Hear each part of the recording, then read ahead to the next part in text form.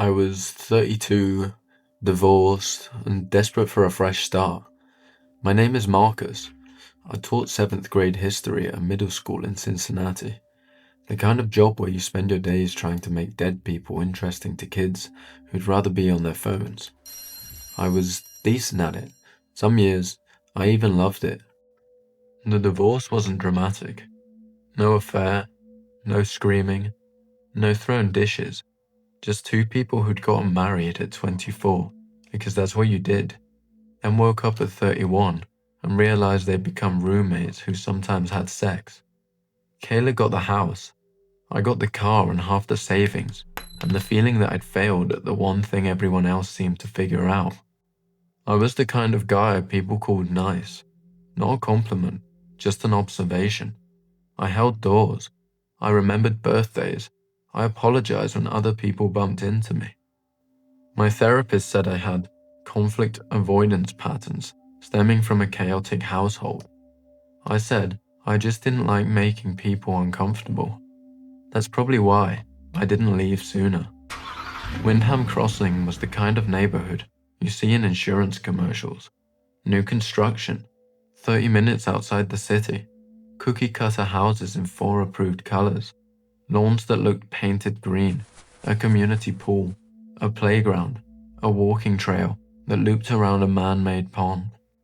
I found it on Zillow in March. The price was almost too good. A 3-bedroom for what I'd been paying in rent. The listing said, motivated seller. I didn't ask why. The HOA had rules. A lot of rules. No fences over 4 feet. No parking on the street overnight. Trash cans stored out of sight. Lawn maintenance standards. Approved paint colors. Approved mailboxes. Approved holiday decorations. I didn't mind. After the chaos of the divorce, the idea of structure sounded nice. Clean. Predictable. I moved in on Sunday in April. Within an hour, 3 neighbors had come to introduce themselves. There was Don from across the street. Late 50s, firm handshake, polo shirt tucked into khakis. His wife, Marlene, brought a casserole dish covered in foil. Welcome to Wyndham, she said. You're going to love it here. Everyone does. Next door was a couple around my age, the Patels, Priya and Samir. They had 2 kids who immediately asked if I had a dog. Not yet, I said. Get one, Samir said. Everyone here has a dog. It's practically required. He laughed. So did I. It felt like exactly what I needed. The first neighborhood watch meeting was on a Wednesday. Don had mentioned it casually the week before. We do them monthly, just to stay connected. Keep an eye out for each other. You should come. It wasn't a question.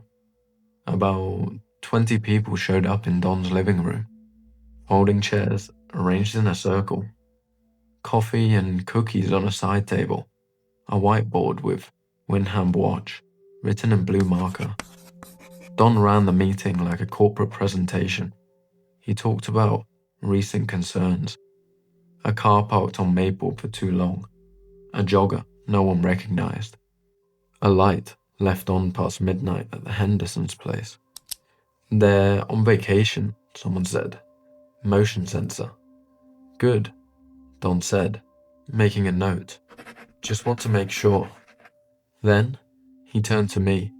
Marcus, you're new. Why don't you tell us a little about yourself? I gave the basics. Teacher, divorced, moved from the city, looking for a quieter life. Any family nearby? No. My parents are in Florida. Significant other? Not at the moment. Don nodded, writing something on his clipboard. I couldn't see what. And what's your schedule like? Just so we know when to expect activity at your place. I laughed, thinking it was a joke. No one else did. I leave for work around 7, home by 4. Usually, sometimes, later if I have grading. Weekends? Pretty flexible. He wrote that down. Afterward, Marlene offered me a cookie.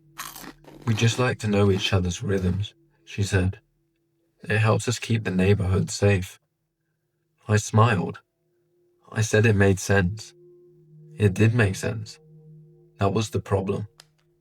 The thing about Wyndam Crossing was that everyone was so nice. Aggressively nice. Relentlessly nice. If I left my trash can out an hour too long, someone would roll it back for me and mention it casually later. If my grass grew half an inch past regulation, a neighbor would offer to help with their mower. If I got home late, someone would always notice. "Saw your lights on past midnight," Don said one morning, catching me at the mailbox. "Everything okay?" "Just grading papers," I said. He nodded slowly. "You know, sleep is important, especially living alone." I told myself it was kindness, community, the kind of thing people used to have before everyone got isolated by screens and suburbs. But there were small things. The Patels invited me to dinner one night. Lovely meal, great conversation, but when I mentioned I was thinking about putting up a basketball hoop in the driveway, the table went quiet. "You have to submit a request to the HOA," Priya said carefully. "They're pretty strict about—" "What she means," Samir interrupted, "is that it's easier to just go with the flow. Trust me." He smiled, but there was something behind it, something that looked like warning. I told myself I was imagining things. I met a woman named Diane at the community pool in June. She was new too, moved in 3 months before me. She started talking while our neighbor's kids splashed nearby. "Do you ever feel like you're being watched?" she asked, lowering her voice. I laughed, constantly. "No, I mean really watched." She leaned closer. "Last week, I came home and my back door was unlocked. I know I locked it." "Maybe you forgot." I didn't forget. Her eyes darted to the fence line, where Don was trimming hedges. "I've started keeping a journal, writing down when things move, when things feel off." That sounds... I didn't finish. Paranoid. She smiled, but it didn't reach her eyes. "That's what my husband says." I saw Diane 2 more times after that. Then the "for sale" sign went up in her yard. Family emergency. Marlene told me when I asked. They had to relocate suddenly. "That's too bad." I didn't get to say goodbye. Marlene patted my arm. "Some people just aren't the right fit for Wyndham. It happens." The rules started feeling less like guidelines and more like walls. In July, I got a formal letter from the HOA. My doormat, a simple brown rectangle, was not consistent with community aesthetic standards. I had 30 days to replace it with an approved option. I went to the HOA board meeting to ask about it. The board sat at a long table in the community center. Don was the president. Marlene was secretary. 3 other faces I recognized from the watch meetings. "It's just a doormat," I said. "It's about consistency," Don replied. "When one person breaks from standards, it affects everyone. Property values, community cohesion. You understand?" I looked around the room. 30 homeowners, all nodding along. "Has anyone ever fought one of these rules?" Silence. "There's a process," Don said smoothly. "But I'd encourage you to think about why you're fighting this. What's really bothering you, Marcus?" The room waited. I felt their eyes like weight. "Nothing," I said. "I'll get a new doormat." I started paying closer attention after that. I noticed that no one ever had guests from outside the neighborhood. No unfamiliar cars. No visiting family. No friends from the city. When I invited a coworker to come watch a game on Saturday, he texted me the next day, "Dude, that was weird. Someone followed me to the highway when I left." I thought he was joking. He wasn't. Black SUV stayed right behind me until I hit the on-ramp. What kind of place is this? I didn't know how to answer. The Hendersons lived 4 houses down.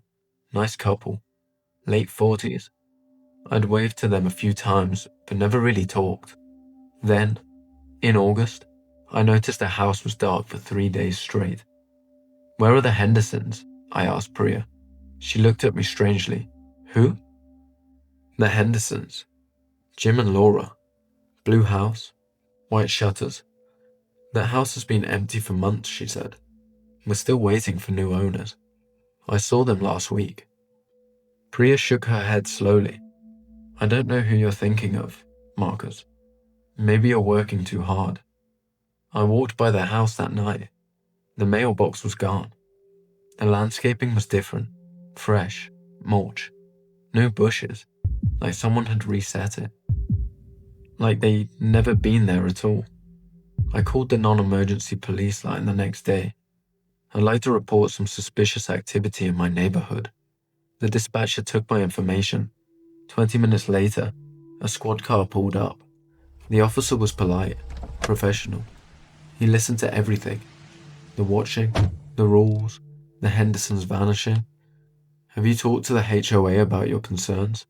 "They are my concerns." He nodded, scribbling in his notepad. "I'll look into it, but I have to tell you, Wyndam Crossing has a great reputation. Don Mercer actually helped set up our community outreach program. Good people out there." "You know Don?" "Everyone knows Don." He smiled. "Sit tight, Mr. Davis. I'm sure there's an explanation." 2 hours later, Don was at my door. "Heard you had some concerns," he said. His voice was calm. His eyes weren't. "You should have come to me first." I started sleeping with my phone under my pillow and a chair wedged against my bedroom door. I was looking for a way out. No listings, lease breaking penalties, anything. But the housing market had shifted. My home had somehow lost value since I'd bought it. The motivated seller made sense now.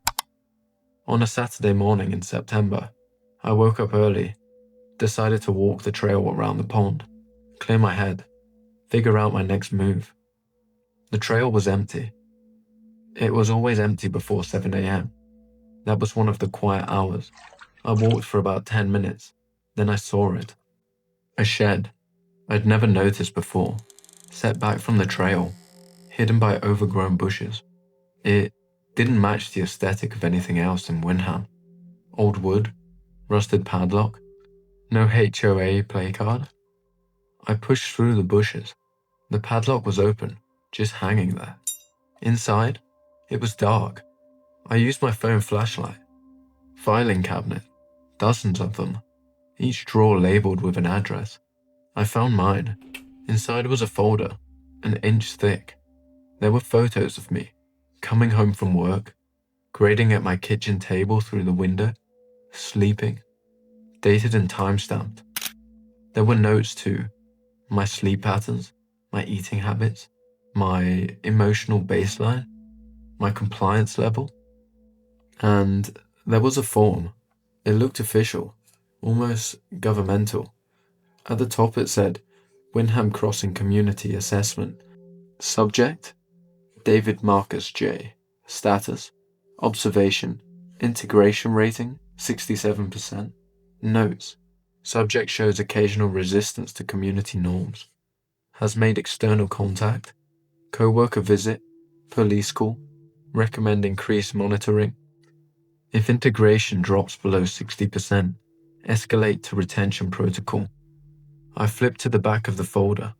There was a list of names. Former residents, Henderson, integrated, relocated to Site B, Diane Marchetti, non-compliant, removed, redacted, retention failed, processed. Processed. I heard footsteps outside the shed. I ran. I didn't go back to the house. I drove straight to the interstate, called my principal, said there was a family emergency. I stayed with my parents in Florida for 2 weeks while I figured out what to do. I contacted my lawyers, real estate attorneys, the police again, different departments, state level. No one found anything. When investigators went to Wyndam Crossing, Don welcomed them warmly. The shed was empty, just old landscaping equipment. He said the HOA records were normal, boring, even. No one named Henderson had ever lived there. Diane Marchetti? Never heard of her. Must be confusing us with another neighborhood. My house sold at auction 3 months later. I never went back to collect my things. I live in an apartment now. 3rd floor. No HOA. No community watch. I keep my blinds closed. I don't talk to my neighbors. But here's what I can't shake. Last month, I got a letter. No return address. Just my name, typed neatly. Inside was a single sheet of paper. Wyndam Crossing Community Assessment. Subject: David Marcus J. Status: monitoring. External. Current location: my new address. Notes: subject relocated without authorization. Observation ongoing. Community membership remains active. All members remain members. At the bottom, handwritten in blue ink: we hope you're settling in. Remember, good neighbors look out for each other. See you soon. I've moved twice since then. The letters keep finding me. Last week, I saw a black SUV parked across from my building. Ohio plates. I don't know what process means. I don't want to find out.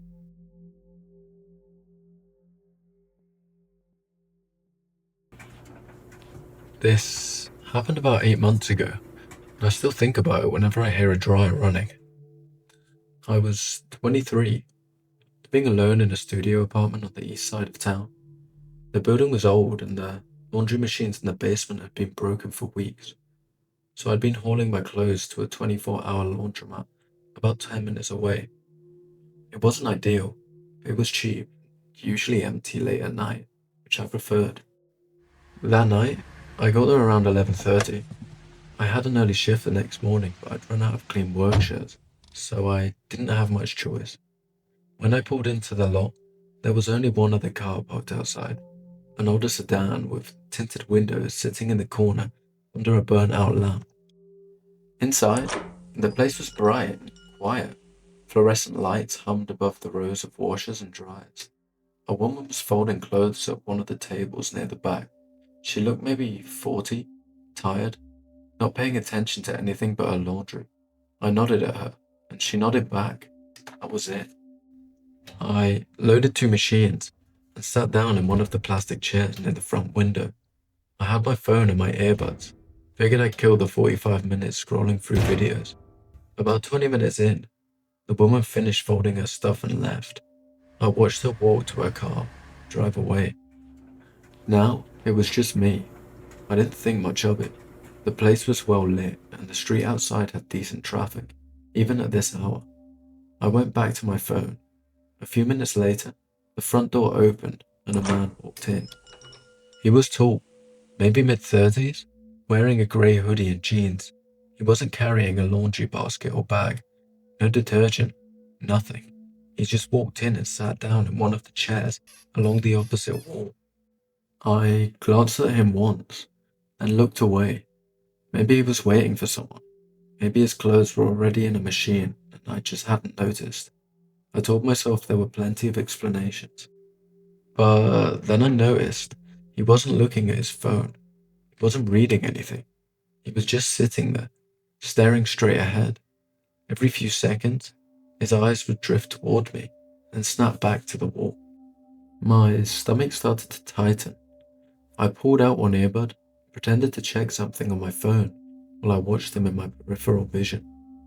He shifted in his seat. His hands were in his hoodie pocket, and they hadn't moved once since he sat down. The washers finished. The sudden silence made everything feel louder. I stood up, walked over to transfer my clothes to the dryers, keeping my back to the wall as much as I could. He didn't move. He didn't look up, but I could feel him watching.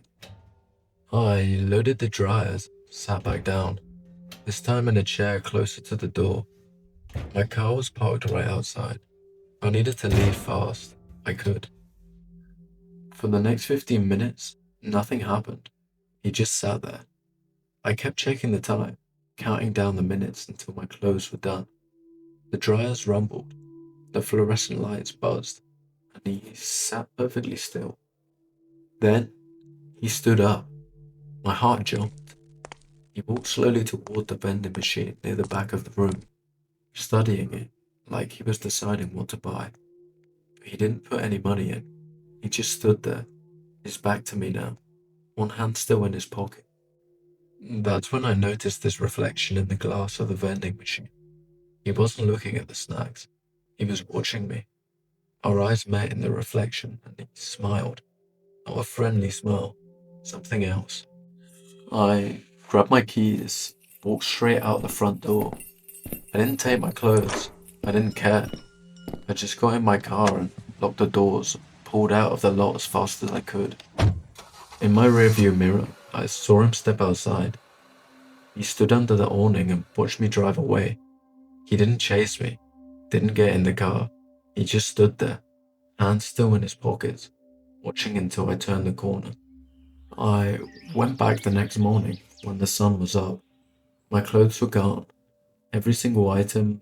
The machines were empty, and the staff said nobody had turned anything into lost and found.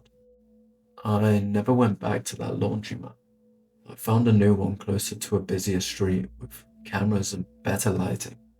Sometimes I still think about that night, about how calm he was, how patient, like he had all the time in the world. I don't know what would have happened if I'd stayed until my clothes were done. If I'd waited just another 10 minutes, and honestly, I don't want to know. But I'll tell you this, every time I do laundry now, I make sure I'm not the only person there, and I never take my eyes off the door.